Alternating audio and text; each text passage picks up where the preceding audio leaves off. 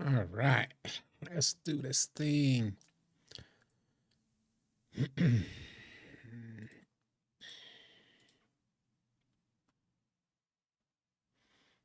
Just let Discord know that we're live as well. 1 second. For the homies that maybe got here early. Live. All right. What up, Fear God? What's good, brother? Hopefully everybody's good. Y'all tuning in. Salute to y'all.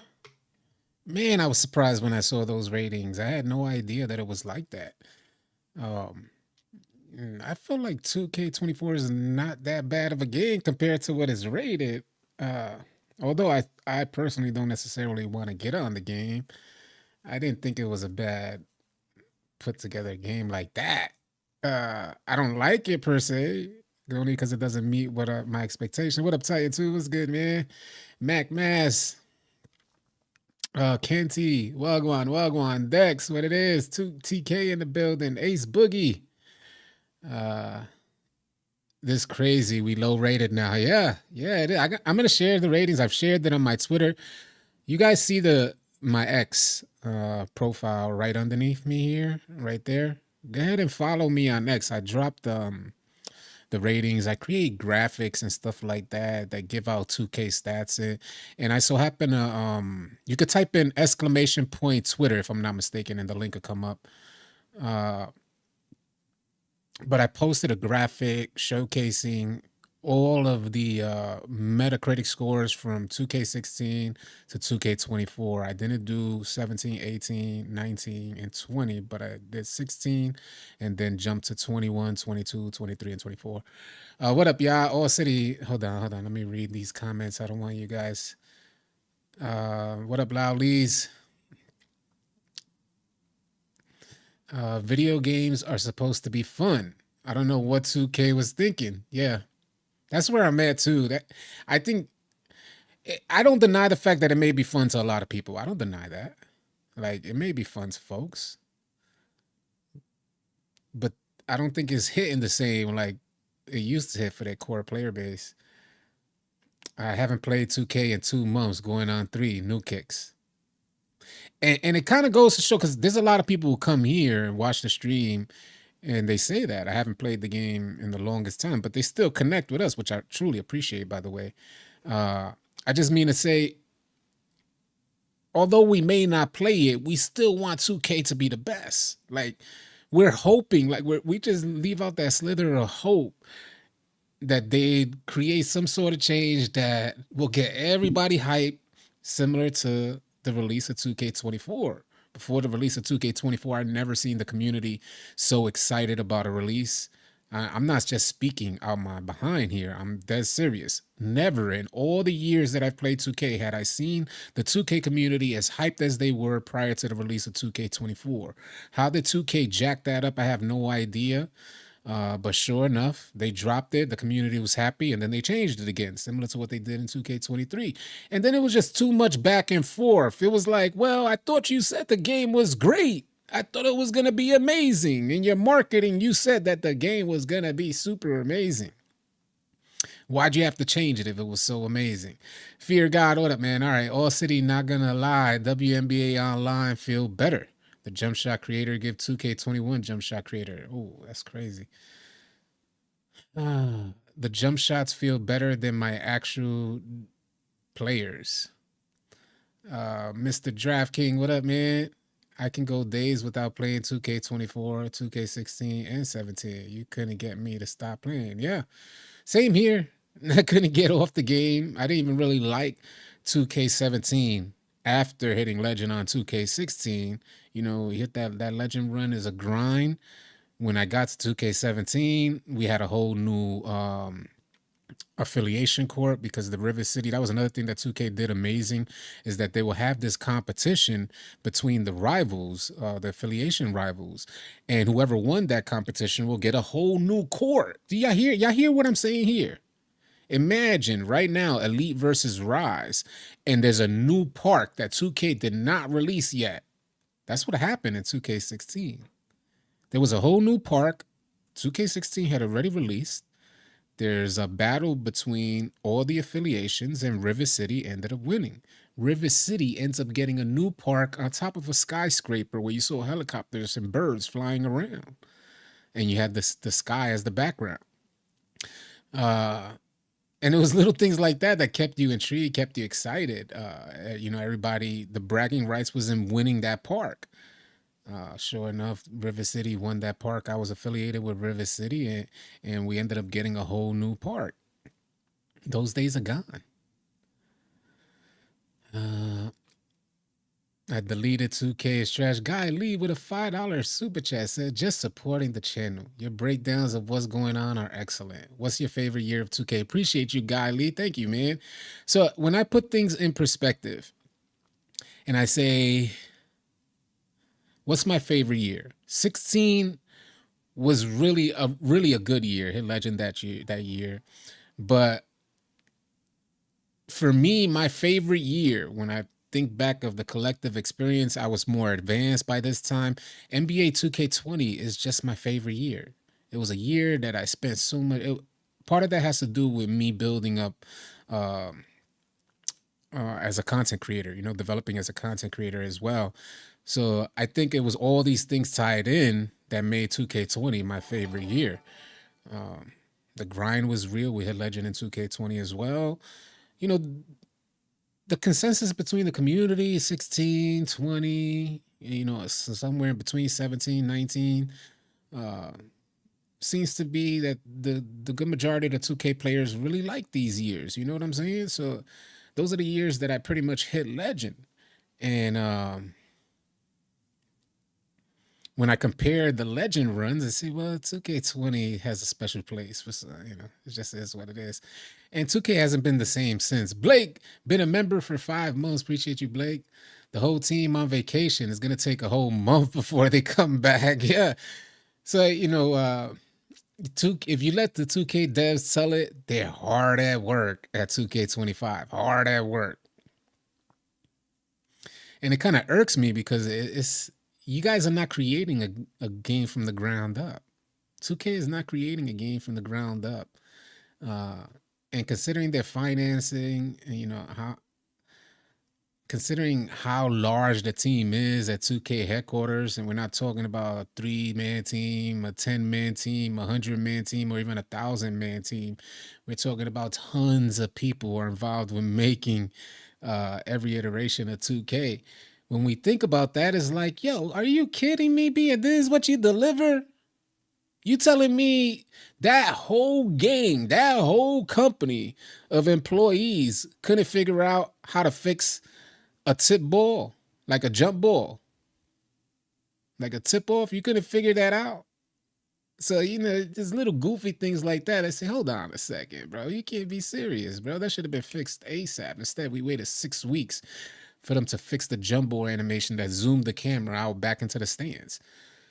2K won't evolve and be fun because the community won't let 2K... Get the hell out of here. I'm not even finishing your statement, man. Are you like... How do you... Man, people are so naive. And I mean no disrespect, but that's the first thoughts that popped into my head. You never, ever do you blame the consumer for the product that the corporate company delivers. Never. Never, in no case in business ever, does the consumer get blamed for the product that this company makes. It makes absolutely zero sense. Do y'all hear that, man? You got to reframe your thinking and understand that. Listen, I don't want to talk to anybody. I would prefer to talk with y'all, but it's frustrating when I hear things like that. Like, we won't let 2K be innovative. Do you think our opinions really matter, B? Like, do y'all really, y'all finessed that much that you really think our opinions matter? The reason why there's been a huge change in 2K development is solely because of microtransactions, solely. If microtransactions never existed, the development team will be like harnessing all this creative energy and putting it toward 2K development. But what's happening now is that development team has somewhat become the middleman. And when the marketing team, the higher ups, the execs found out how much money they can make off microtransactions, best believe they went into the war room at that corporate office and they said, we need to go through every single aspect of 2K and find a way to monetize it. When you guys understand that, then you start understanding, oh, right. So the development team, they don't have much say so in like just spreading their wings, unless whatever creative avenue they choose to pursue leads to dollars. It has to lead to dollars. It has to make sense. Every avenue on 2K is set up right now. Although you may not feel it, every avenue is set up for you to eventually and almost inevitably make a microtransaction. Every avenue, from my career, the win-loss, the ratio as to how much VC you make versus how much you have to spend, it's almost like a casino, B. I don't mean to be upset for folks sharing their opinion, but never will it be the case that it's the consumer's fault for the product that 2K delivers. And there's a ton of other games out there that are showcase what folks can do without microtransactions, what small 3-man development teams can develop without microtransactions. Do you guys know that there's a game called Star Citizen right now? Hear me out here. There's a game called Star Citizen right now that actually charges, hear this out, you're gonna be amazed, $48,000 or $58,000 for in-game microtransactions. Literally, you buy a package. It's like a space simulator type of thing. It's gonna be a new big thing, similar, something like what Starfield was supposed to be. But instead, these guys are offering package deals where you can get a bunch of different ships. It's pretty hard to get a ship and stuff like that. So you get a bunch of almost every ship in the game for $48,000. One microtransaction.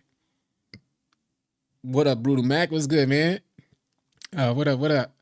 Appreciate you being here. But that's where gaming is headed. It's a scary place. And this game, Star Citizen, is not even released yet. It's in early access. This is not even a fully flushed out game. It has bugs and everything. And they still dropping this in. They got a trading market that where they sell ships for $2,000 easy. And this is why I feel it's important that we understand this aspect, because this way of thinking of monetizing everything in the game. And I hope you guys understand what... I can't help it. I'll just share my knowledge. Some of the things that I know. Some of the things that I know is that one, sports gaming is, as far as investors go, it's a hella risky investment to make in sports gaming. Video games in general, starting them from the ground up, is hella risky for investors. So what I'm saying here is that these people who are pitching to investors, they got to come up with a grand scheme and grand plan to get these investors their money's worth, get a return on their investment. What's happening now? This game that I'm telling you about, Star Citizen, it has crowdfunded over $500 million, and the game has still yet to be developed. That's how much money they made just off the strength of how they're marketing the game, getting people to just give them money. And in this process where the game is not even fully developed, they're generating microtransactions, and the investors are going to see that. They're going to jump on board because they know they're going to get a return on their investment off of your dollar. Off of your dollar, B. And when one company is successful at doing it, almost inevitably, you're going to have other people lining up to practice the same formula and generate that type of profit. So that's what's happening with 2K, and we see it happening right before our eyes. And this is why I hate the idea of anyone trying to blame the person who made the purchase. It makes zero sense to me. Zero sense. I don't mean to be too complicated here, but it makes zero sense here. It's zero sense to me. Microtransactions have ruined sports games. Madden is notoriously leading the pack and is trash because they don't put no care into the product Take Two and EA puts out. Yeah, yeah. Uh, I've been logging crazy hours on Avatar without a single dollar spent. I'm like, what do you think about Avatar? It got some pretty bad reviews. I'm right now playing Enshrouded and Power World. SSL TV said the fact that I didn't buy 2K24 is wild to me. Yeah, it is pretty wild. I ain't gonna front. If you play the game, still support the white man. What it ain't about white or black. This is all business. Business don't have no color of skin, y'all. Get it out your head, because the black man is gonna do the same thing. The head of that, Cat Williams would tell you. So get it out your head when race is irrelevant when it comes to business. Don't fall victim or fall into the trap of a race war. Don't do it, bro. If anything, what's more prevalent now is classism. I'm not to say that racism doesn't exist. I'm not discrediting that idea, but get it out your head, white man, this, because you're going to stay under the thumb if you keep thinking that way. Business is notorious. And the same thing that a white man would do to you is the same thing that a black man would do to you. A Spanish man, an Asian man, same exact thing when it comes to business, B. A whole car and house fully paid, not a note, the whole thing. Did I miss some?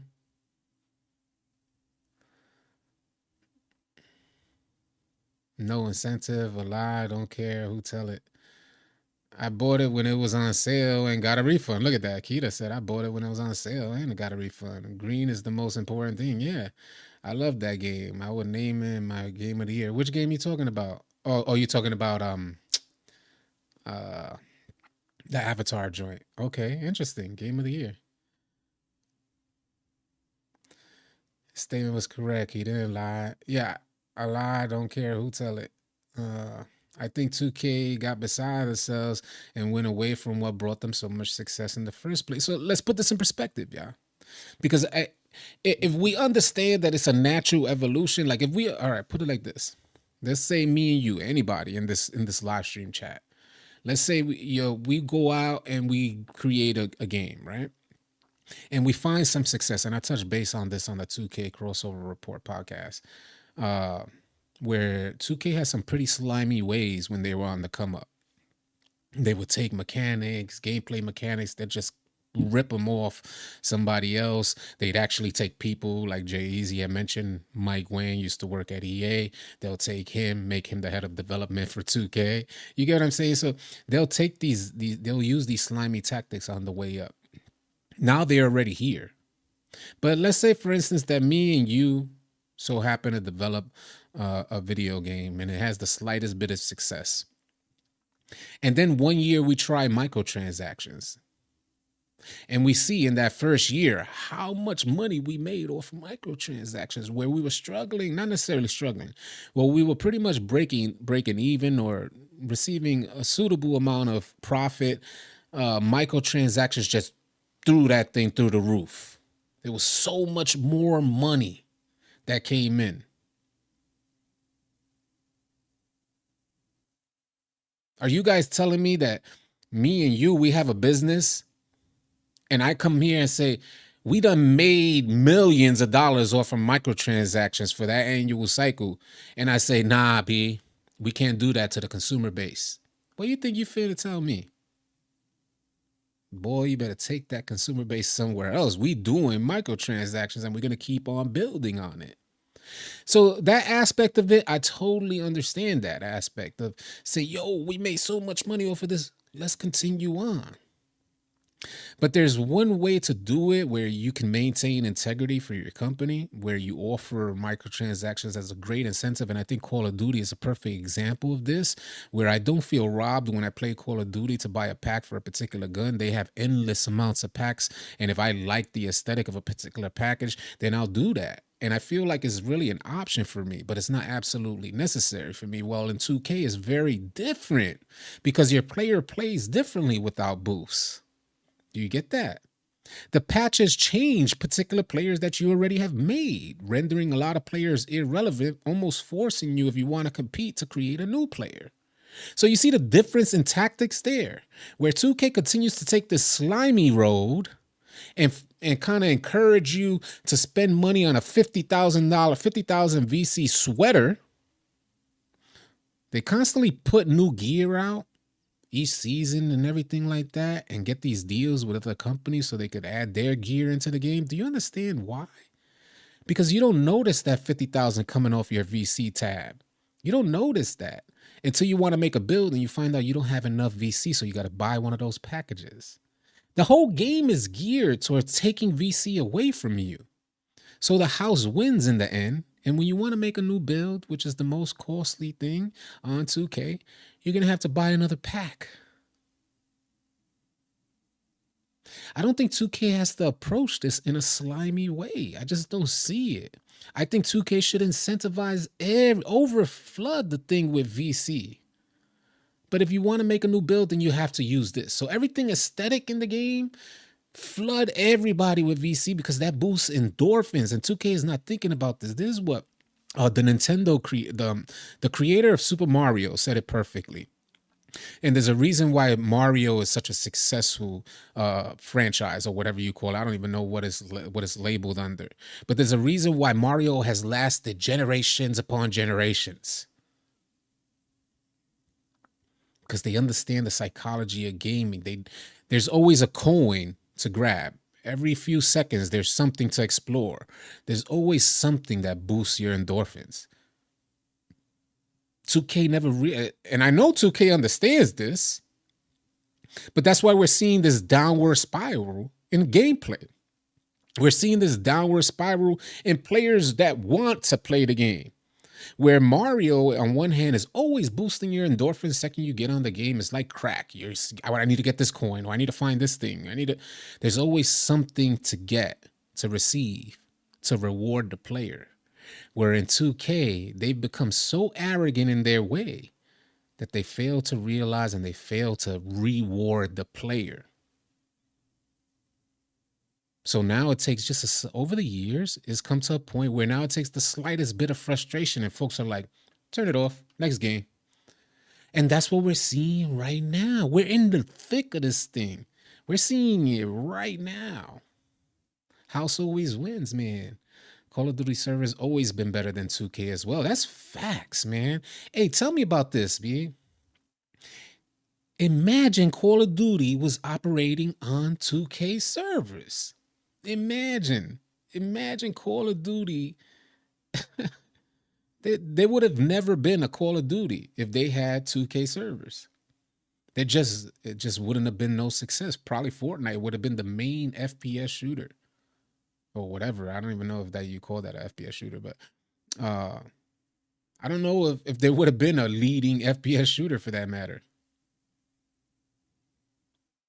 I haven't played UFC 5. I've never been a fan of the UFC series. I don't like their mechanics.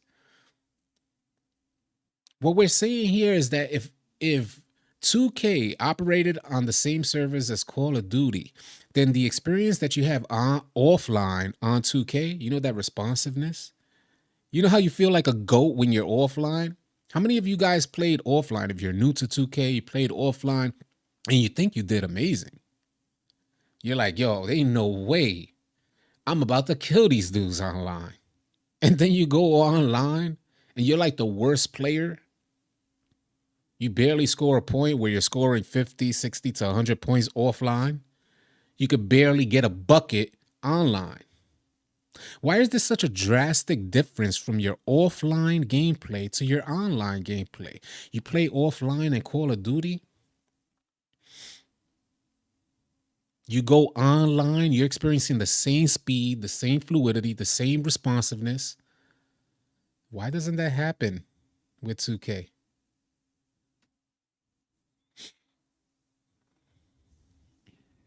I remember. I used to my guys. I used to play Call of Duty when they had the bad servers.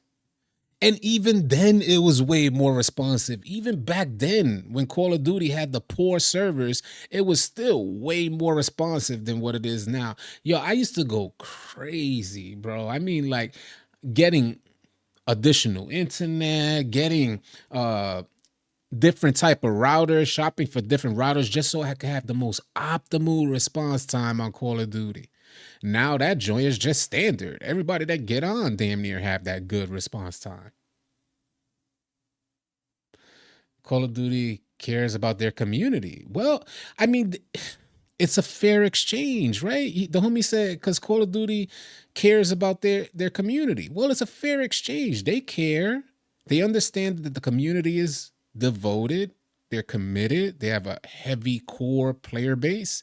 They get that. So they say if we give them amazing, they're gonna amazingly give us their dollars. All we got to do is generate amazing, and then all the money just falls where it falls. 2K, on the other hand, I can't help but feel this it's just all speculation. It's just my opinion, but I can't help but feel that 2K, I'll just say it how it is, gives a half-ass effort to development and expects to generate the same funds as something like Fortnite. It's just unheard of. It's just unheard of, bro. Well, City got me saying amen up in here. Appreciate you, Godly. You know, I'm not trying to, I'm really not trying to be dramatic, but even with everything that has happened with our experience with 2K, there's still some people who are naive to what's happening. There's still some people who can't see 2K following the exact same formula as Madden. Instead of following the formula of Call of Duty that has sustained a player base for years, it's decades now, and they continue to grow even with games like Fortnite, where Fortnite and should have proven to be the direct competitor of Call of Duty. Instead, 2K made Fortnite their competitor, sending out emails asking folks, why did you stop playing 2K? This was back in 2K18. Why did you stop playing 2K? Was it because of Fortnite? Sending out surveys. What up, Pack? What's good, man? So I wish more people would just, more understanding, because if you're more understanding, you'll see that this thing ain't changing, bro. And even if, because it's not really an attack on the development team. I hope you guys understand that as well. That when I'm speaking poorly about 2K, I know the developers, their hands are tied, bro. Their hands are tied per se, because they gotta appease marketing. They gotta appease the higher ups. They gotta make sure them top two execs that their bonuses increase tremendously year over year. You get out what you put in. Yeah, that's how I feel. And 2K, you get out. What up, OG? Was good, man. You get out what you put in, but 2K, it seems to be that 2K is putting in way less than they're supposed to right now. In my opinion, that's just my opinion. It is what it is. I could care less what anybody else thinks. It's just my opinion. But they've been getting away with receiving a lot more than what they put in. They've been getting away with it, and it seems to be catching up to them. Let's pull it up. Let's pull it up. Pull up the scores. The scores are on the screen.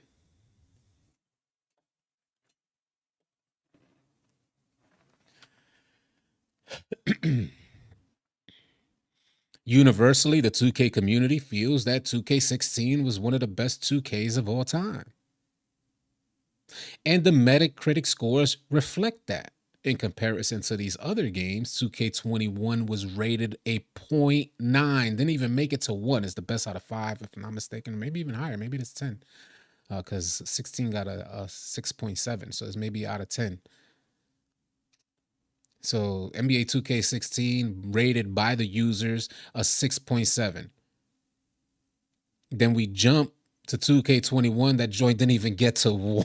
That joint was terrible, bro. I hated 2K21. It was so, I felt like they insulted my intelligence, dragging everybody into contact dunks. Like as if we were that dumb a community. It really was an insult to my intelligence. A smack in the face to dumb and water the game down like that. 2K community ain't dumb.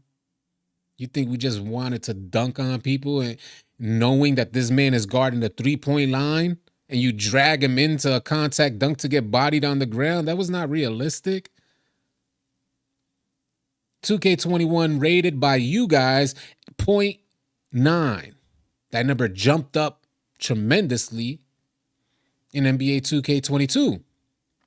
So we're on the right path, right? And this is exactly what I was thinking. I said, even when 2K21 came out, I said, okay, they tried something. I don't knock 2K for attempting to be innovative. I didn't want to knock them. I just didn't like the project they delivered.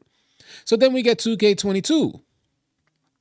As you guys see, the numbers reflect from 0.9 to 3.8. I think everybody would agree, yeah, from 2K22 to 2K20, from 21 to 22, yeah, that makes sense. Yeah, it definitely was a step ahead.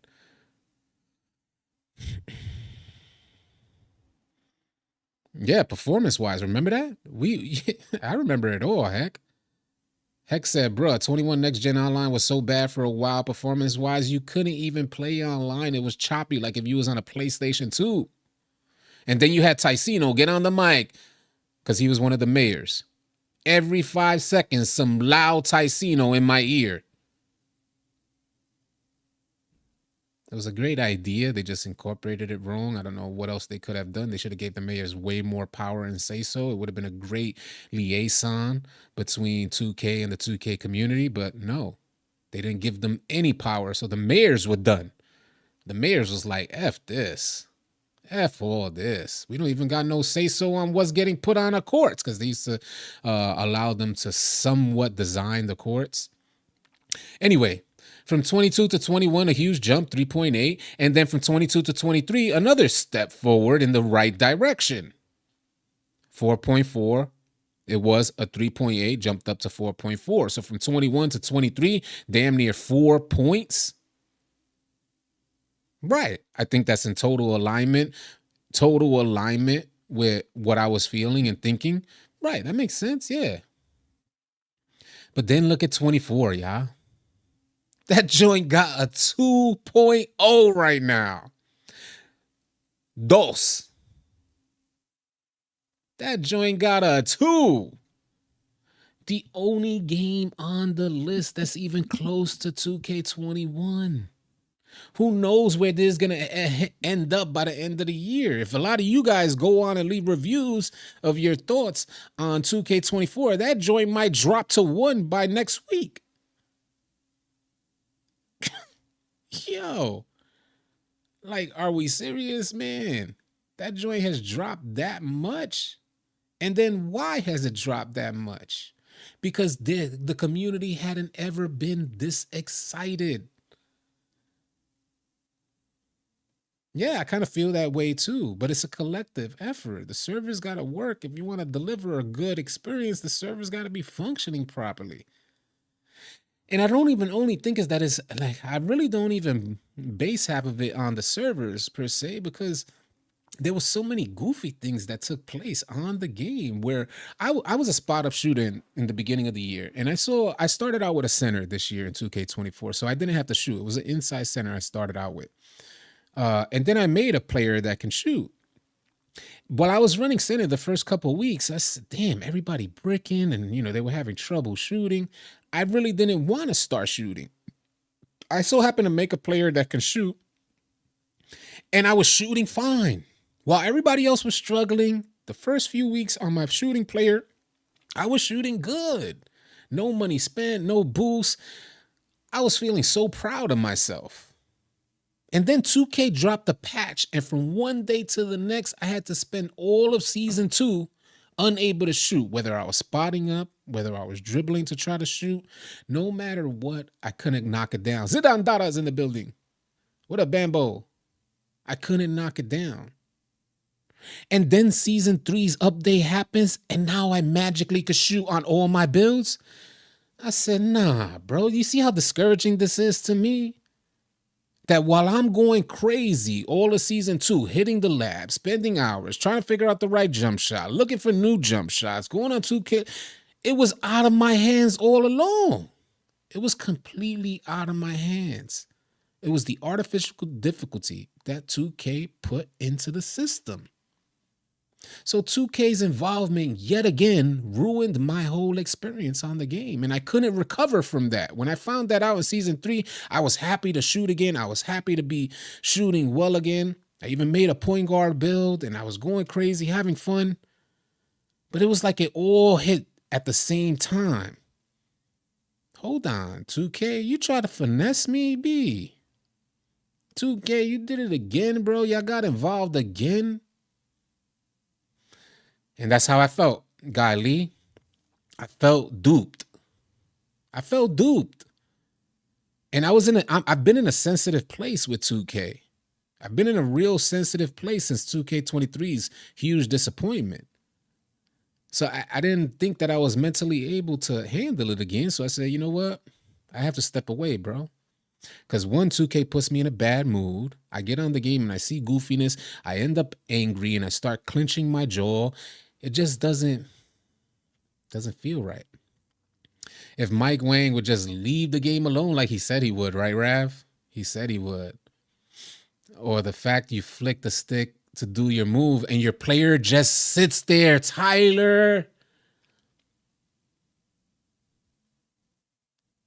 Hadouken. You are straight. I can't tell you how many times this has happened to me, y'all, especially when I was running the point guard position, where I'm triggering multiple dribble move combinations and none of the dribble move. I could hit the sticks 3 times.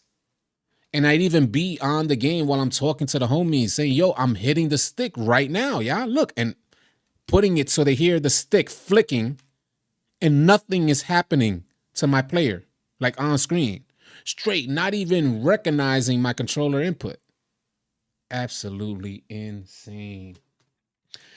Yeah, gotta protect the energy, man. Mad input delay. We not crazy, bro. They should stop patching the game, fix the real issues, actually make the game better and build off that. Instead, they just bring back the same bugs every year.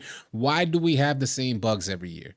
And if we got the same bugs every year, would you guys be able to agree? Let's say that, hear me out here. We got the same bugs every year, right? Well, we got a lot of bugs. Sometimes, like in 2K24, they're presenting whole new type of bugs, like the zoomed out camera. That was a whole new bug. But anyway, we got the same bugs every year, which means they take a huge portion, or very similar bugs, a huge portion of what 2K is in 2K24. They're going to take that and transfer it into 2K25, meaning that they're not building the game from the ground up. I think all of us can naturally agree that that's the case. So what I'm saying here is that if they're not building the game from the ground up, then where are they at right now?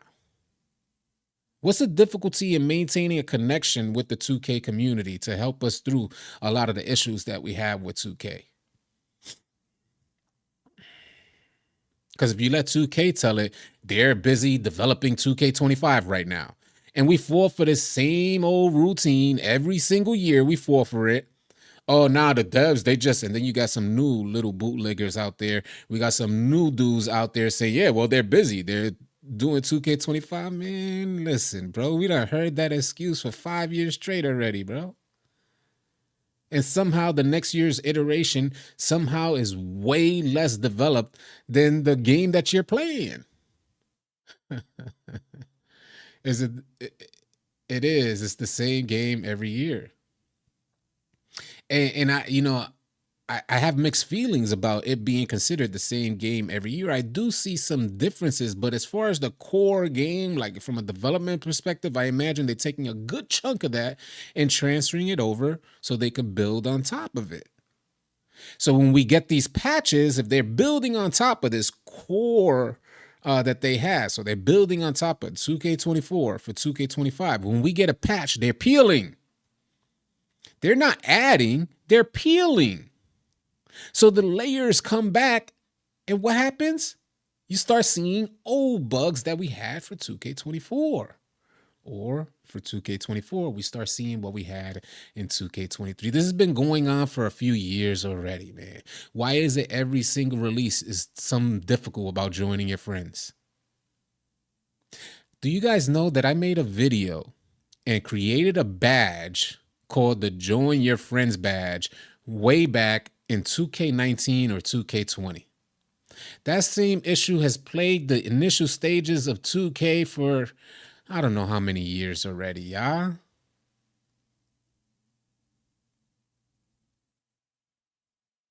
It's like, yo, come on, what a YG. The name money I'm wasting every year, I left money grab alone. I left the money grab alone, yeah. And I get it. Hey, I hate the idea that other folks have to fall into this trap because I done fell into it and I'm climbing back out of the trap now. And I was in the trap for the longest time. So I had fun in the trap. I had fun. There was instances where I had fun. Over the last few years, definitely not so much. And it was this year that was a year of enlightenment where I said, hey, you're not getting me this year, 2K. It's not happening, bro. You got me last year, even though I really hate what they did with 2K23. It was amazing on release, and then they patched it to the ground. They still got me for 1,200. But I said this year, nah, B, you're not getting me this year. And a lot of you guys did the same thing. A lot of you guys felt the same way and said, well, I'll play it sparingly. But that's what we're seeing right now. We're seeing the core player base dwindle. And then you just got random folks who are brand new to the scene to experience this cycle for the first time over. And I'm here to explain the cycle to you. So that way you could learn and get out the trap a lot sooner. The trap caught everybody off guard, yeah? Because microtransactions is fairly a new system. So the trap, it done caught everybody off guard. So a lot of us spent a few years in this trap. But in 2K24, folks are woke. In 2K24, folks are like, nah, bro. And then the game ain't good enough to keep these randoms getting back on consistently. So the game it doesn't have the same substance it once had that hooked me and hooked a lot of you guys. It doesn't have that same substance. So these new folks getting on, and mind you, there was nobody really creating videos talking in depth about how poor 2K was back then. So now these new folks that get on who don't even have these sentimental ties to 2K, if they get frustrated, they finna just leave. I'm like, yeah, another sports. Similar to me, I got on FIFA. I played it for a week, deleted it off my system, and it's gone. Because I didn't have no connection to FIFA. Same with MLB, same with any new Madden. I don't have no connections to those games. So it's easy for me to try to download it, see what it got, and if it doesn't intrigue me, let it go. That's how people are looking at that's how the core player base of 2K right now is looking at 2K. But what 2K fails to realize is that they done lost, because of their lack of integrity, they done lost folks like me and a lot more people who have way less patience than me. Let's get to the comments, man. All right, so let's start up here. This was the year, bro. We recognize what's going on. I kind of feel it too. And I'm glad that you guys feel it as well. They making small builds that have strength and dunking. My build's like 78, perimeter D, and they blow by me as if I'm invisible. Strength plays a huge factor, by the way, if you don't want them blowing past you. A new chi is that if you do animation when another player is about to shoot, they will miss every time. Bambo says, it just seems like Take-Two Interactive has decided it's purely about margins and year-over-year returns. So they make it about the purchase and VC sales versus a great deep game people can play for years. And they don't want you to play the game for years on top of that. It's like, because they know they're going to shut those servers down. So big facts, Bambo. I appreciate you sharing that, but that's exactly right, man. That's what I see as well. I just see, and I don't want to dampen the experience. If you love 2K, love it, man, but just be cautious with the trap. You just need, think of me like your uncle saying, hey, you're going to do it anyway, but just be cautious. So that way when it hits, you can hear me in the back of your mind say, oh, yo, City did say that, B. Here we go. I'm thinking about making a new build, and I don't even need a new build, but 2K just dropped this patch. You done fell into the trap, B. You thought they dropped that patch. Did anybody think that the patch did the game justice? No, right? So why are you making a new build? You fell into the trap, Brody. Yeah, but I want to compete because when I go back to school or when I go back to campus, the homies finna get on my head. Or when we in the dorm room and we betting $400 a game, I want to make sure I'm smashing.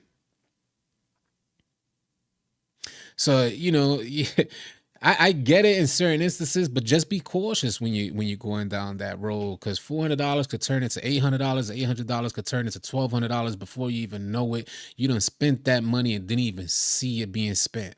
And that's a crazy trap. And that was what made me that was what enlightened me. That was what the switch went on and said, whoa, hell nah. There ain't nothing that I spent $1,200 on in life that I'm not fully aware of, probably budgeted beforehand to spend that $1,200. Never do I just devalue every dollar I make.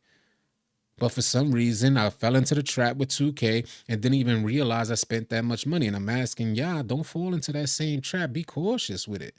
Because 2K will get you in that way for the sake of like searching. You're just like scrambling to find fun on 2K. You're scrambling. Hear this? Y'all scrambling to find fun on 2K. I know for some of us it may come way more naturally than others, but for a lot of us, we're out there scrambling. I didn't like my experience on the reg. Let me go try the theater. I didn't like my experience on the theater. Let me go create a new build. I don't like that build, so let me make the build 1 inch taller. I didn't like that build because it had a shorter wingspan. Let me make one with a longer wingspan. Oh, let me try the point guard position. Let me try. You're in $1,200 already, Brody. Big Heck said. I was just thinking to myself this morning, I'm seeing way too many new build posts recently. People trying to fix the game with money. We went down that road. I did that last year, and I was so close to doing it again this year. Until I just said, nah, B. I could spend this money on 12 different games. Nah, B. We're on next gen consoles, man. And I understand we want our sports fixed, but let me add this to the whole equation here. Just like I said on a more recent live stream, a lot of us sports gamers we're ignorant to like what other games people are playing because we just buy the same. We a lot of us 2K players don't even like to consider ourselves video gamers, right? Like you don't go advertise. A lot of us, I don't care. I say it to anybody. I love playing games. But there's a lot of us out there. You got your corporate job. You don't want nobody knowing that you're playing 2K. So you try to you try to make it seem like I don't just play any other game. I only play sports games because I love sports. So that's your excuse. Well, what I'm here to tell you is that these sports gaming companies recognize that about you. They know you're in a sports gaming bubble, which is why sports gaming prices and their predatory microtransaction approaches are so much more aggressive than other gaming niches. And sports gamers, we're known to stay in our little bubble. We're known. Other gamers are looking at y'all or us like we're dumb. And I know a lot of us are like, I don't care what they think. Them geeks over there, I don't care what they think. We don't need to care what they think. But they're seeing it like, homie, you should not be doing that. They're taking advantage of you, bro. That's what they really saying. They're not calling you stupid for no reason. They're saying that if we continue to let this happen, then it's going to trickle over to their side of things. That's what they bothered by it. If we continue to spend this type of money, naturally other developers are going to try to practice the same formula, and then it just spreads and spreads and spreads. So that's what bothers other gamers, other niches. So I appreciate y'all, man. Salute to y'all again. I don't want to make it seem like I'm talking to y'all. Hopefully we can create some dialogue. I'll get to the chat because I start going off and it's hard for me to stop. It's just hard. It's difficult. I wish we had somebody here that I could go back and forth with. So I'll just get to the comments and we'll go from there. Emmanuel Nokello or Wokello. That's a great point. Most 2K players only play 2K, so are more willing to spend money on it. Yeah, yeah. You think lower overalls should have a separate park to get more games, have more fun, not getting ran through? Well, it's hard to say. It's hard to say. If matchmaking was up to par, we wouldn't necessarily have to worry about that. But then you got the park environment.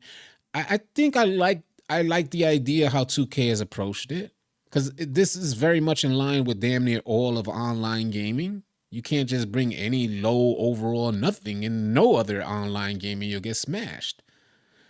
So there's a part of the gaming culture where you build up your character or you build up your player before you go online because they're gonna smash you.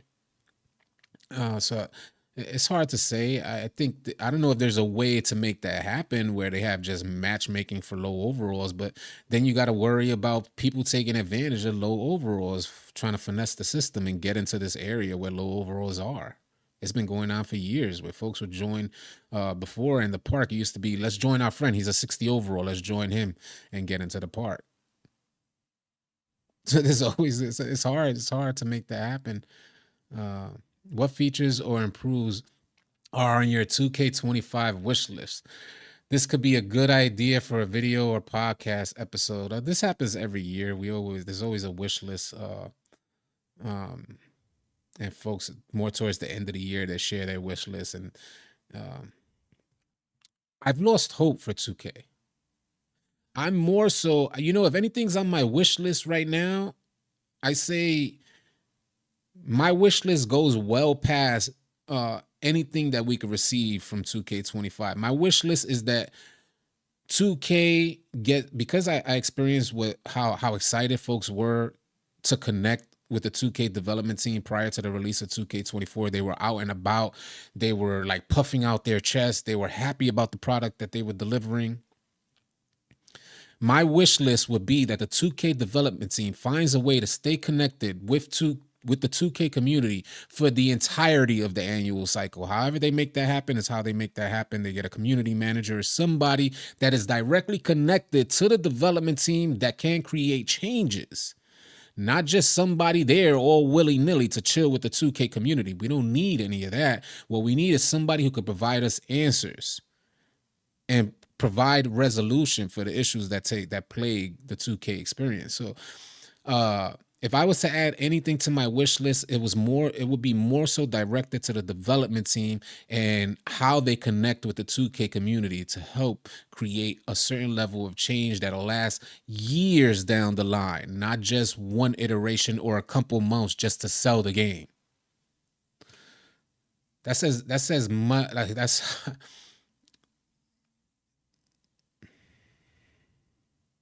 even if 2K would grant your wishes, they're gonna do it with a twist again. Yeah, Bruce said that. That's facts. They'll do it with a twist, man. Rookieville was the most fun I had that year. I hated Rookieville, man. But people experience 2K differently. Folks liked Rookieville. I despised Rookieville. Um, but I get it. It gave people an opportunity to play online. It's not that difficult, yeah. If it was hella difficult, I would understand more. But you got folks like me who create a community of gamers. If you haven't heard, join our Discord, exclamation point Discord, if you're looking for players to run with. But to build up your player and go online, it's not that difficult. If you want to compete or play better, I know a lot of us are limited on time, but if you want to compete or play better, build up your player first and then take them online. You have more of an opportunity to show out. Basketball IQ gotta be in the game because it's too much nonsense and it eludes. I ain't gonna front. A lot of the stuff that I see on 2K eludes IQ. It's like the development team limits our opportunity to showcase our IQ because the ball is going out of bounds with someone with a 91 pass accuracy throwing to dot the man in the corner, and he just fumbles it and it goes out of bounds.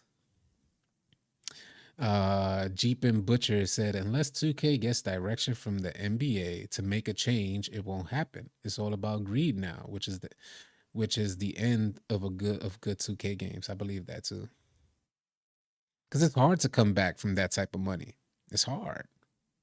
It's going to take a hell of a competitor to really like sweep up the whole 2K player base, because 2K got it. I won't ever deny the fact that 2K got it. If 2K wanted to drop amazing tomorrow, I believe they can drop amazing tomorrow. Like mind blowing amazing. I believe 2K has that already. They have all the resources to make it happen. There's nothing at all that 2K is lacking. So anything any other developer has, they can make happen. Why is it that they don't? It'll take another competitor to come up, and when that other competitor comes up, and it may not be a basketball game, highly doubtful that it would be even be close to a basketball game that would come up. But if another competitor does come up, then 2K will start showcasing why they're 2K, because they've that's been their formula for years. We see what somebody else does, we'll just create it and recreate it and make it better. That's what their formula is. That's how they've been catapulted to the top. For the veterans, we know. The veterans know this. Just posting up said,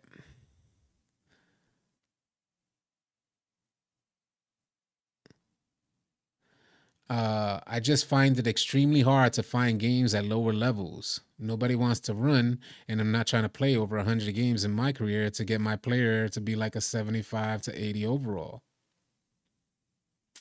Well, maybe you just need more insight. I'll help you understand this a little bit better.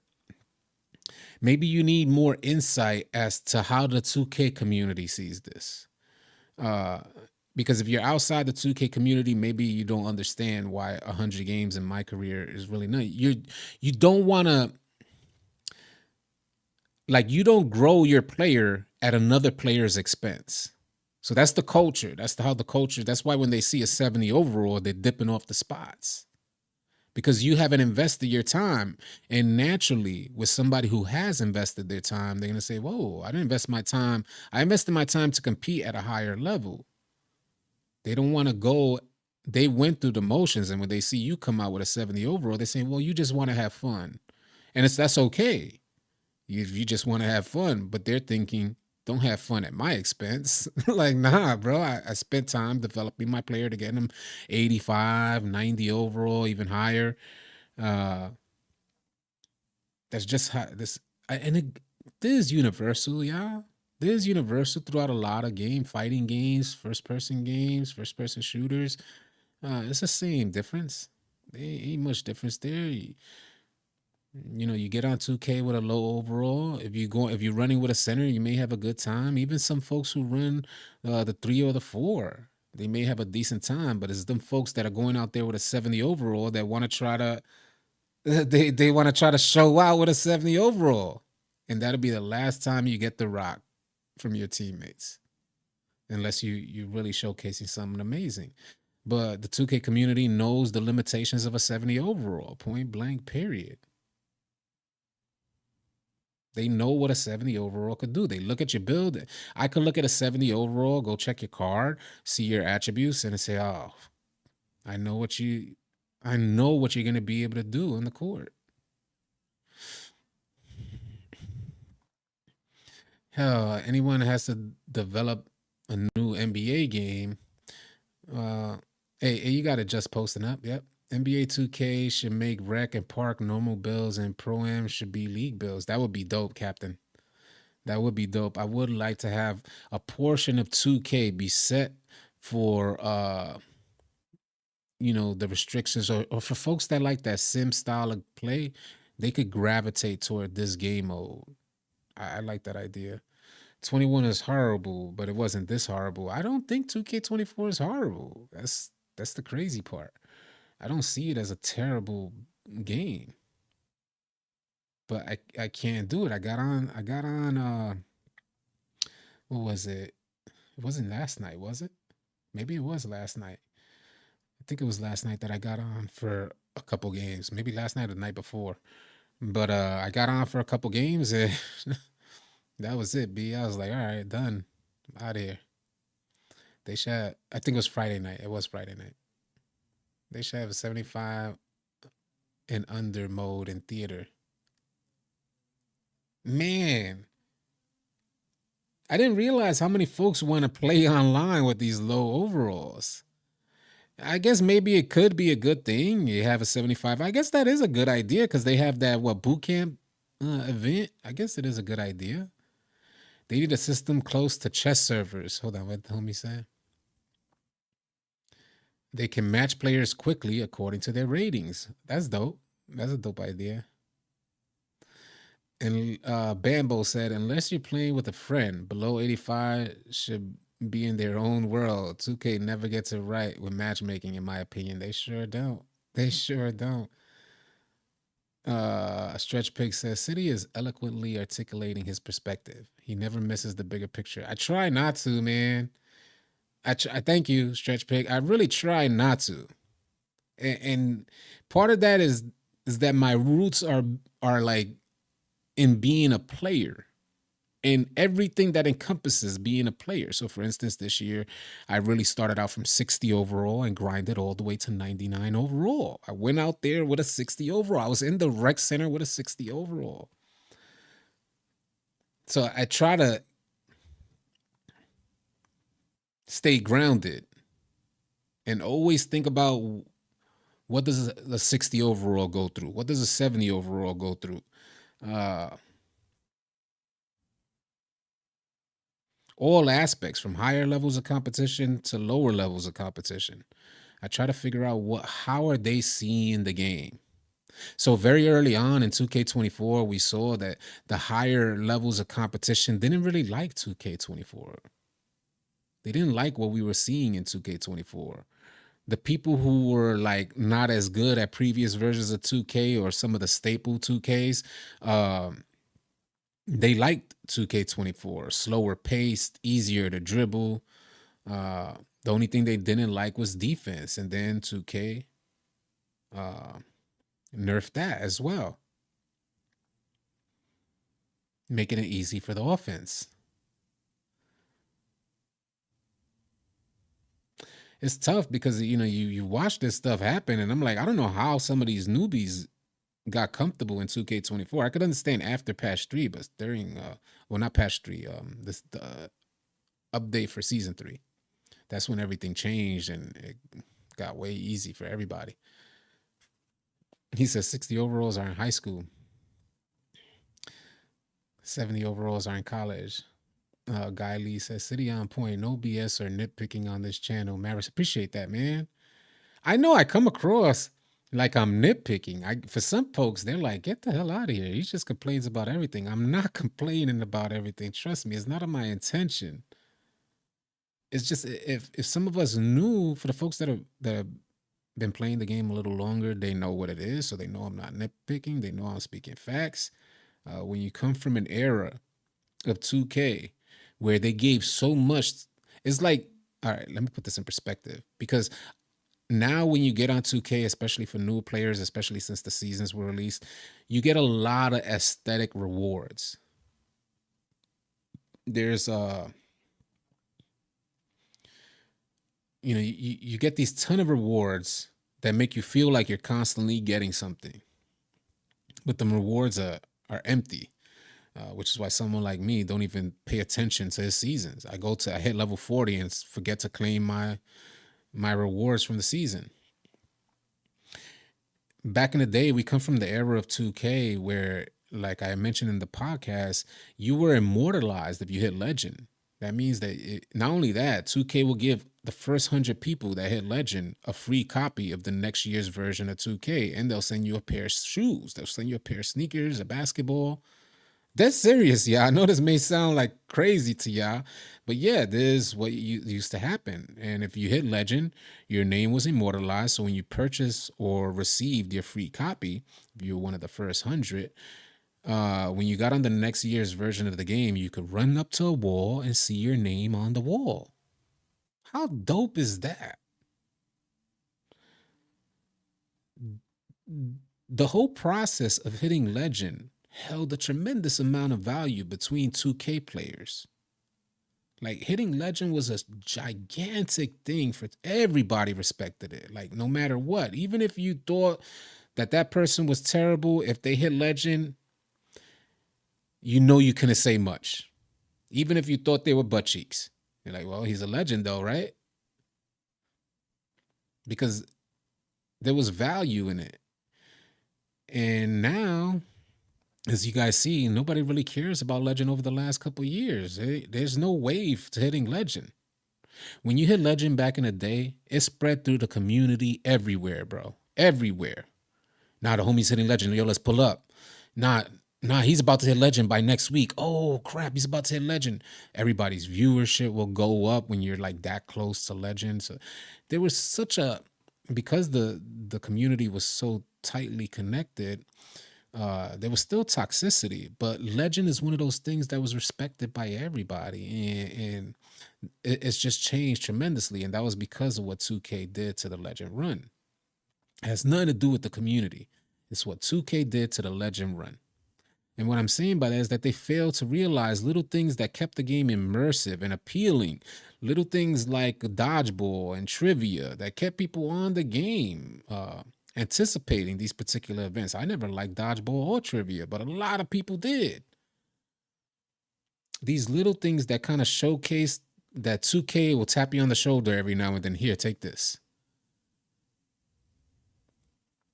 Those things are gone, and we feel like, at least me, I know I feel like this is it, man. You just never know what you're gonna get with 2K. 2K will patch the game to the ground, and you're like, and what am I wasting my time here for? After a certain amount of times, you're like, man. Mars 2B said my uncle had a pair of the 2K kicks. You see what I'm saying? Vehicles for a basketball game, completely.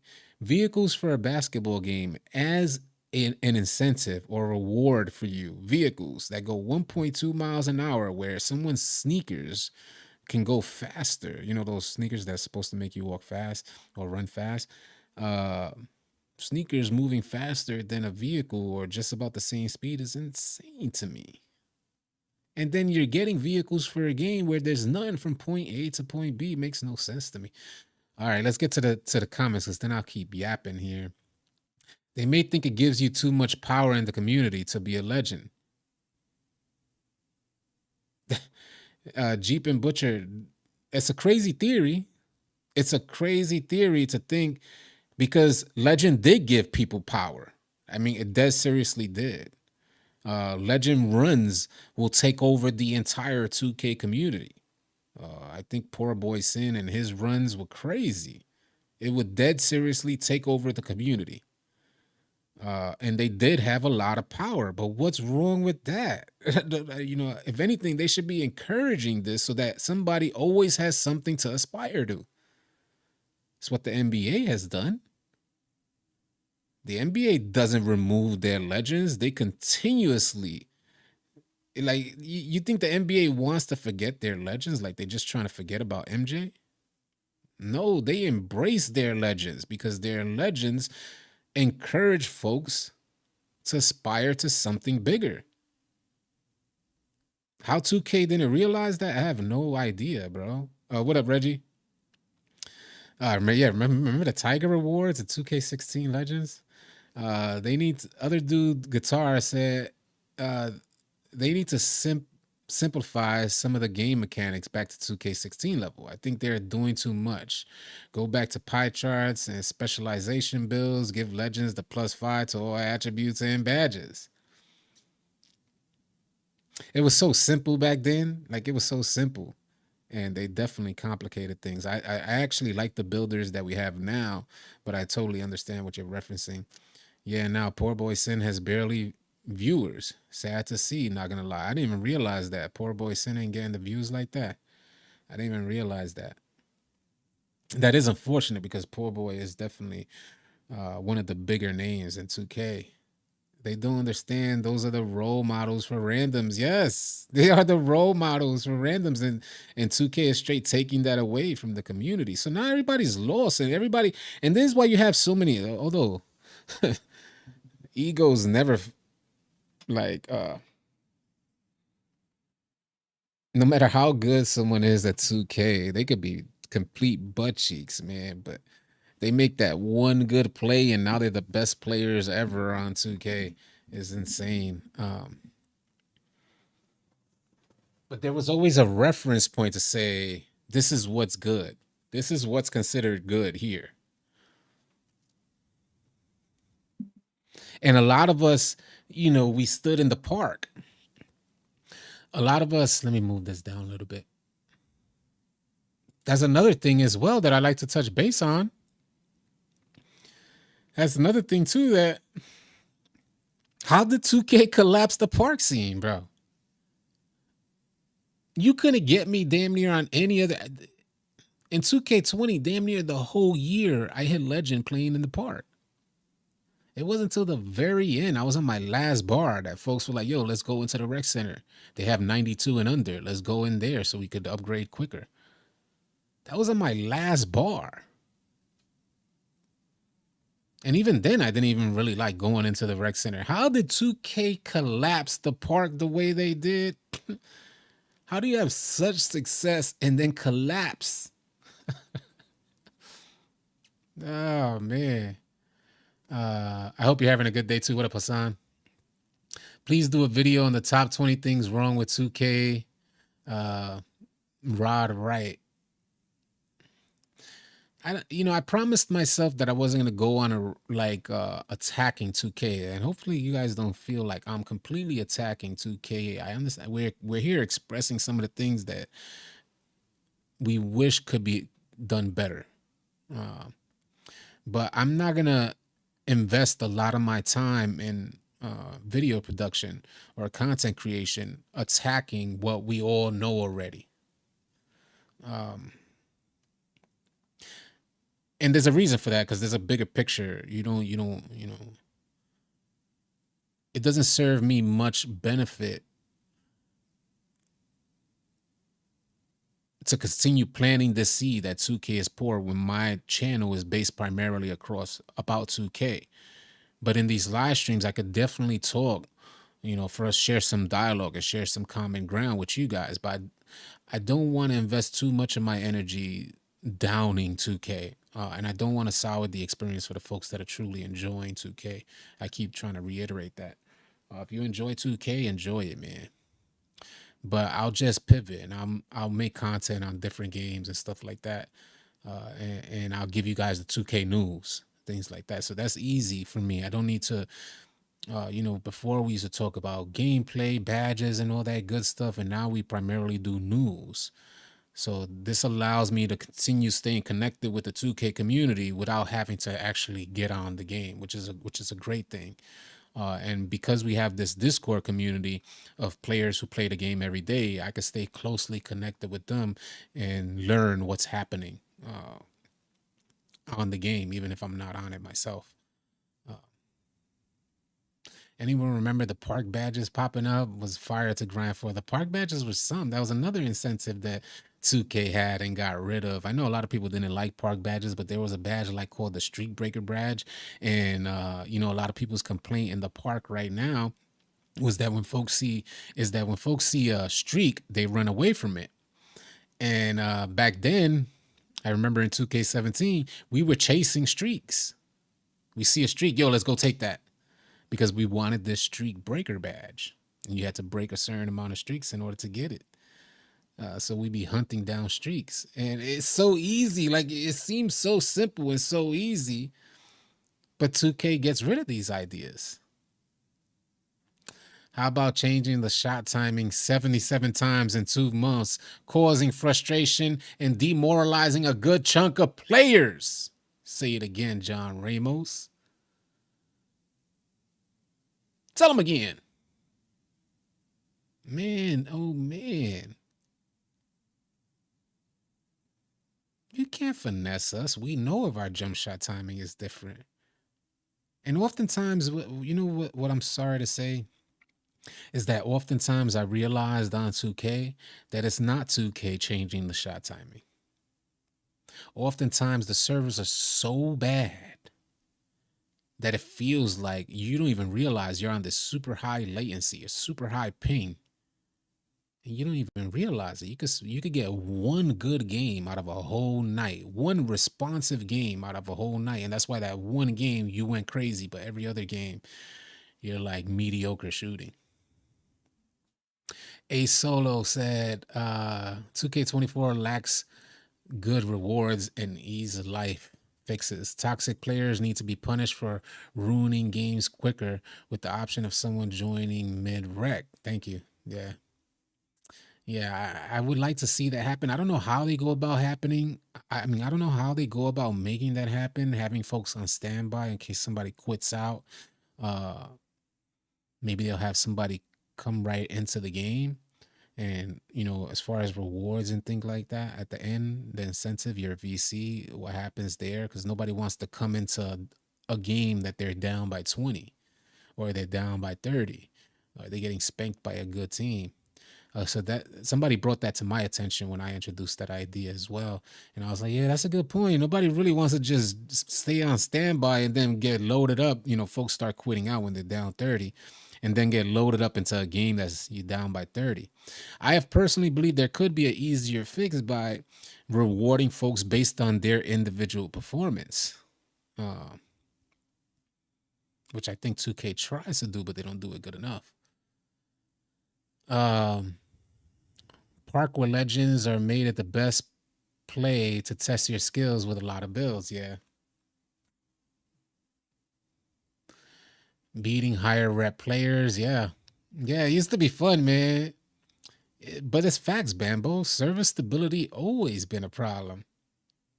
And I commend 2K. Hear me out here, y'all, because I commend 2K for how the servers operate now versus how they used to operate back when 2K was in its prime. And that's another aspect of it that makes me realize that the gameplay is way less immersive than it used to be because we were completely immersed even with those poor servers. We didn't care, bro. We didn't care about waiting on the dots and getting kicked or waiting a half an hour on the dots. We did not care. That's how immersed we were into the experience. Now they have great servers for the most part and compared to where they used to be. If we were to compare how responsive the servers are from now to back then, is a night and day difference. But the server's always been a problem. If you compare 2K servers to Call of Duty servers, they're complete trash. Um, but if you compare today's servers to 2K17 servers, oh man, again, I don't think you guys want to go back to 2K17 servers. That was crazy. And right now, when you get on the game, I don't know if there's some certain overlays or coding that doesn't allow you to see that you're experiencing a high amount of latency. But before, back then, you used to see the latency. Like in the game, there was undeniable latency. Your player dead will skip across the screen. You're hitting right on your analog stick. Your player's still moving 2 or 3 steps left. Like it was extremely noticeable. Now it's not nearly as noticeable. It's just little indicators that say, "Oh, I must be on a high ping" or something like that. Uh, Fear God said, "I hate the 3 bars that they add to 2K. That made the game worse." Rich Light said, "I feel 2K23 servers was better. I imagine that they're still the same servers as 23." Bambo, I wouldn't mind if we were on a ship and loaded into a virtual reality Star Trek room to pick how we wanted to play and then load into individual servers not shared. Similar to having your my court. There's so many ways that 2K can make the game easy on the community. If folks wanted to practice, let them practice on the game. First of all, we shouldn't be experiencing different latencies for different game modes. They're like wildly different. Wildly different. Why, I have no idea, but oh man, the latency that you receive in rec versus pro-am or park versus rec.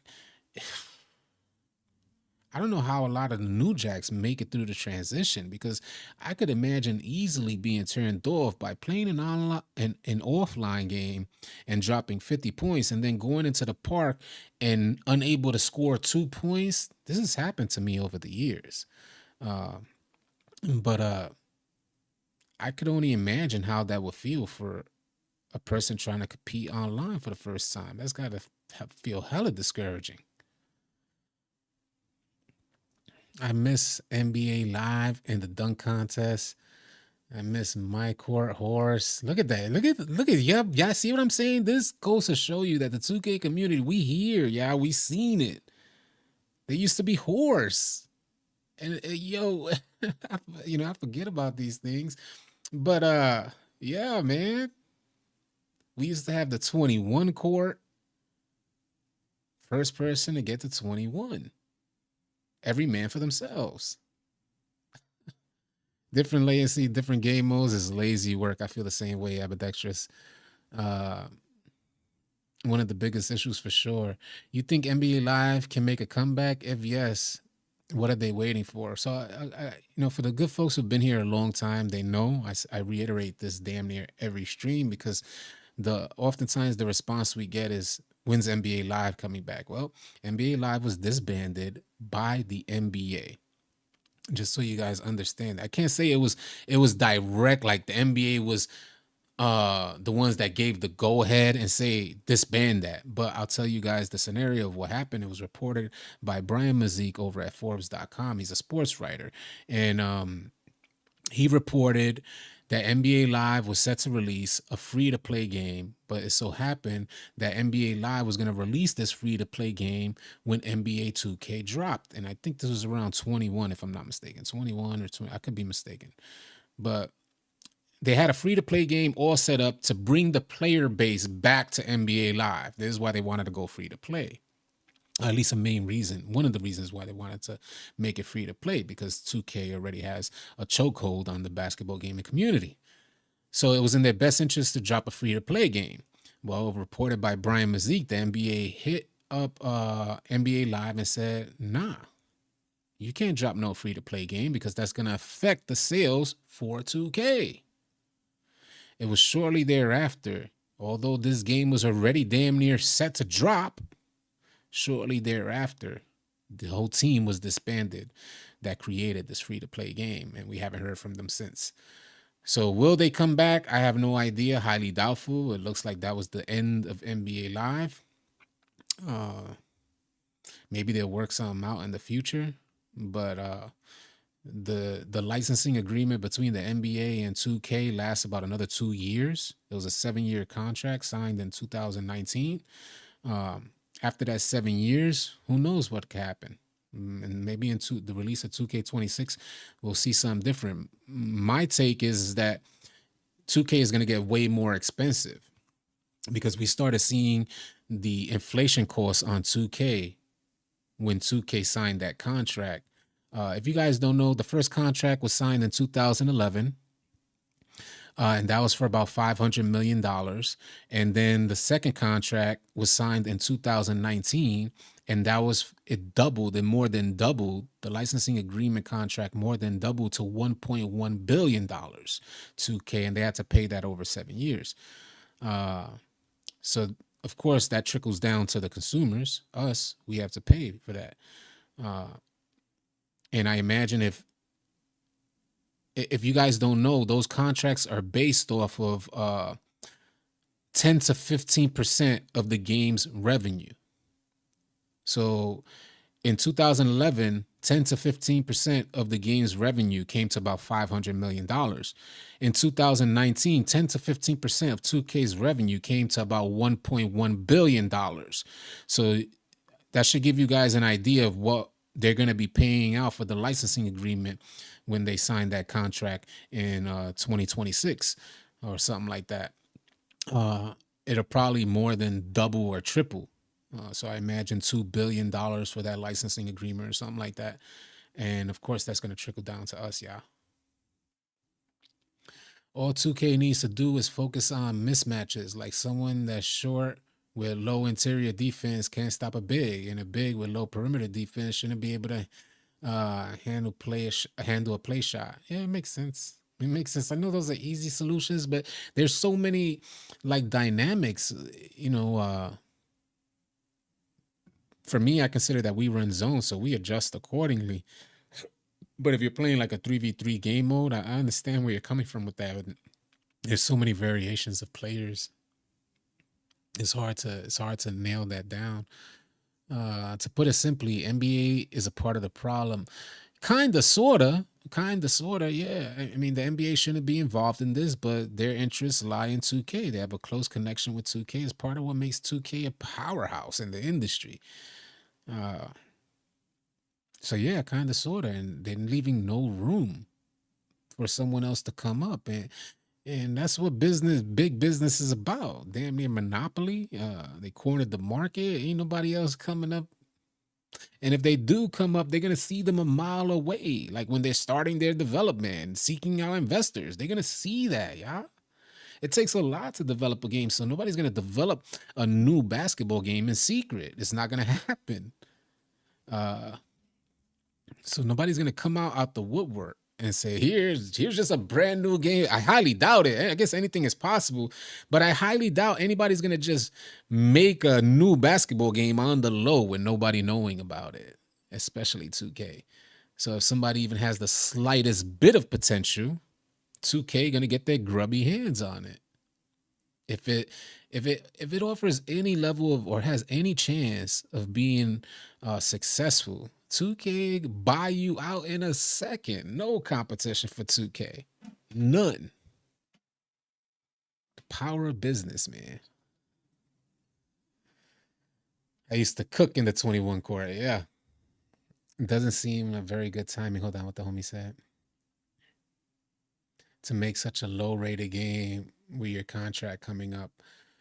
I kind of hear that. I kind of hear that, but here's the difference: the game is rated low, but the ratings have no effect on 2K's business. That's the difference maker here. Those ratings really have this for us consumers, but those ratings, rating from Metacritic, has no effect on 2K's business dealings because they're in regards they just got to make sure the player base is up to par. So they have to showcase the numbers for the player base and that helps their advertising deals. In regards to contracts with the NBA, that's light work for them. The ratings don't affect that. Again, the player base and their P&L really showcase and their numbers show success. That's what the numbers show. It just shows success. Uh, so anybody would be willing to be on board with that. Tough, tough. I would love to believe that ratings did affect it, but as you guys saw, I showcased. Let me show you again. It ain't like the ratings have been great. The last game that was above a 5 was 2K16, and they're still breaking records each and every year. Those are the ratings here. 2K16 was rated a 6.7. 5 years later, that number dropped down to a 0.9, B, not even a 1. And 2K fighting their way back the next 2 years, get it to a 3.8, then a 4.4 in 2K23. But then, bam, 2K, everybody got sick of their crap. They got 21, 22, 23. They gave them the benefit of the doubt. Everybody got sick of their crap, and the community responded in 2K24, dropping it down to a 2.0, only 1 point above what it was in one of their worst years. I love that the community is waking up, and I think eventually it's going to hit the fan. I believe that because you create this revolving door of consumers with no connection to you. There's no core player base. So I believe it's going to eventually hit the fan, but I think we're more like a decade or two out. We're going to have to see some innovations in technology and who capitalizes on those innovations to lead the way. For instance, like I'll give you guys a for instance. Uh, we used to get all of our entertainment information from a magazine. Uh, Artists used to have to go through record labels because of the innovations in technology. artists no longer have to go through record labels, and our information is easily and readily available online at the drop of a dime in a second. What I'm saying here is that because of innovation and technology, it put record labels in a really bad spot. And record labels just pretty much became distributors per se, because artists no longer need, they could create their own fan base online. So now artists, they could make those, they could create a website straight from their following. They create a website, and if anybody wants their music, they can go through it. They're cutting out the middleman altogether, or put it on iTunes or whatnot, and Spotify and all that, and it's all theirs. So it it'd take that type of innovation to where maybe, with that analogy in mind, maybe gameplay developers have quicker access or easier access to develop games, that something can come under the radar. It could come out under the radar, and they just boom. Or they can crowdfund, similar to what Star Citizen did. Star Citizen crowdfunded over $500 million currently, right now. So if we get a game like basketball developers crowdfunding, uh, and they could do that quickly, but it'll lead to some innovations in technology that'll catch a company like 2K or some of these bigger companies off guard, similar to what happened to the record labels. Is what I'm getting at. Is what I'm getting at. Hopefully that made sense. I know it was a lot to take in. I wish sleeves worked in the rec. Honestly, the only way to affect real change on the quality of 2K is to not buy the game. But it's not gonna happen. And that's facts. That's just facts. I feel the same way. We all know this, but I've been hearing this for years. Just don't, boycott the game. Don't buy the game. And it's like, obviously that's not the solution. Folks are gonna buy the game. If we want to avoid our own personal frustration, surely you could just stop playing, similar to what I did. Stop playing.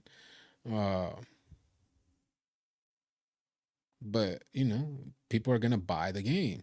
They're gonna get it.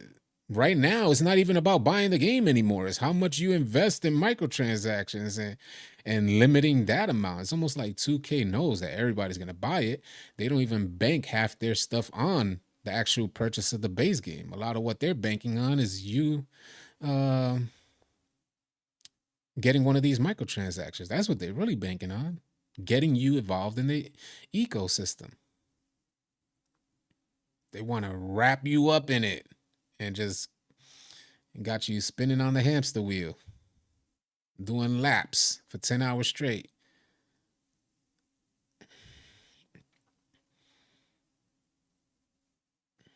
Yeah, it's so hard to not buy when I live NBA. That's what the homie said. And a lot of people, like, that's why I said they know this about Ja. They know this about sports gamers. 2K is obviously taking advantage. And I don't think it's an active effort to take advantage. I just think their priority is based in um, generating revenue through microtransactions, and naturally the trickle down effect is based off of uh, your competitive spirit. They're just really just banking on that, your competitive nature. And that's why a lot of people feel like sports gamers were just dumb, because we don't even see what's happening in the rest of gaming. We're stuck in our sports bubble, and here we are, they taking advantage of us, and we don't even see it. And if the eventuality is that if they continue to be successful in the way that they have been, is naturally going to trickle over into or spread out into all of gaming. And then some of your, you think about it, you're an adult and you're playing 2K, what you may consider an adult game, and then you have your kid playing a little bootleg game that don't have no microtransactions, right? So you're like, I can spend my money in 2K. My kid, he plays that game. That don't, well, she plays that game, and you just make one purchase for $15, and that's good. But as you guys see, even a $15 game now, even mobile games or anything like that, they have it at such a low entry price because they want to get you into their ecosystem. So before you know it, your kids' favorite games are going to be having uh, predatory microtransactions in there as well. And that's what the rest of the gamers in different niches are concerned about with us sports gamers, because that's, these sports games make so much money, and their annual releases, where these other games don't even have microtransactions, and their cycle is about 5 years. 2K cycles in, they revisit this whole thing every year for every new iteration, and it's almost disgusting how much money they make and how they operate. I don't knock them for making so much money. I just wish that me as a consumer, I felt satisfied with the product that they're delivering. Similar to how I feel about Call of Duty. I make a choice if I want to buy Call of Duty. The homies are trying to get me on Warzone now, and I don't have anything against it, but I just feel like it's such a great immersive experience that I almost can't control myself, and I don't want to dive into Call of Duty. You realize that's the dilemma I have with getting on Call of Duty? That is too great an experience, and I know me that I will fall head first, and I'm trying to curb, like I'm trying to keep myself back from falling head first into this immersive environment. 2K, that's not the case. 2K will make you realize quickly how how much it lacks immersion. We need to go back to the park. I would love to go to the park, man. If we had this amount of action for 2K18, do you think we would have a better 2K now?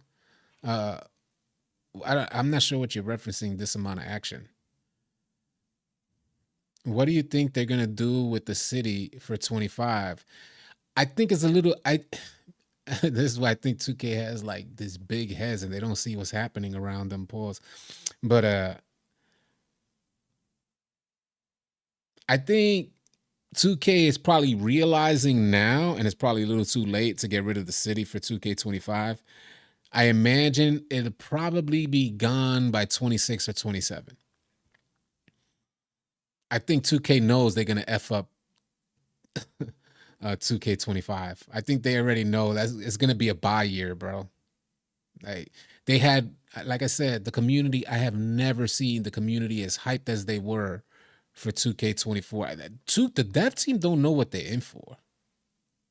They don't know what they in for, because when they come back out of hiding, oh my god, the 2K community is finna give it to them. You think they're gonna be in Twitter Spaces next year?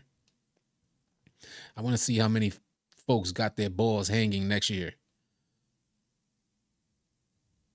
because everybody has so much to say about 2K24 right now. And we were all heavily anticipating the release, and it felt like it was going to be something amazing, and we were connecting with the dev teams prior to the release while they were trying to sell the game. Everybody was super excited. The dev team's going to have to answer for that. So when they come out next year attempting to market the game as something that is not, ooh, they about to guess. It's about to be hot out there in them streets, B. It's about to be hot. You watch and see. Mark my words.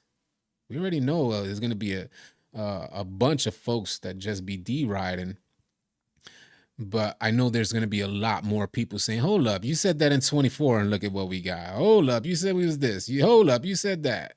Watch. So if they have any intention of coming back out and like they did in 2K24 and trying to build a bridge, to try and bridge the gap between 2K development and the 2K community, they're going to have a lot to answer for what 2K24 turned out to be. They tried this tactic way too many times, and I think folks are done, as you can see from the player base and how folks generally feel about 2K24, and not to mention their Metacritic score of only being a 2. They're going to have a lot to answer for, bro. And I don't know how they're gonna approach it. How many of y'all that pre-ordered 2K24 are pre-ordering 2K25? It's sad that they use Kobe to market this game. That's what makes it even more sad. That's what I mean by the grimy tactics, Godspeed. Oh my god, was that grimy? Use Kobe to market this year, and this is what you deliver. Fear God said, I'm not buying 2K. I'm gonna buy it. I'm personally gonna buy it. He said, I'm not buying. You got me effed up. Is Ronnie even there? No, Ronnie's not their community manager. Mm-mm. Not that I know of. I don't think Ronnie is considered their community manager. I think he's more in line with marketing. I forget. I looked up his title in the beginning of the year, but I think he's more so involved with marketing. It was sad before and sad for this game too. I agree. Madden comes out first. Whatever year Madden flops will be the same year 2K flops. I will hear the community. Yeah. I'm not a huge Madden fan myself.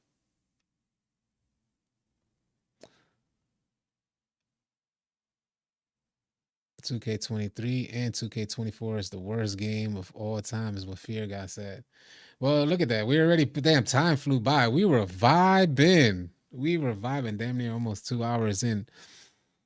He said, Kobe looking down at the devs like soft. On that note, y'all, I'm wishing y'all a safe and blessed rest of your evening. Hopefully, you guys got a good start to your week. Um, and I will catch you guys on the next video or live stream, and we'll continue this, man. What up, Vice? Y'all be easy, man.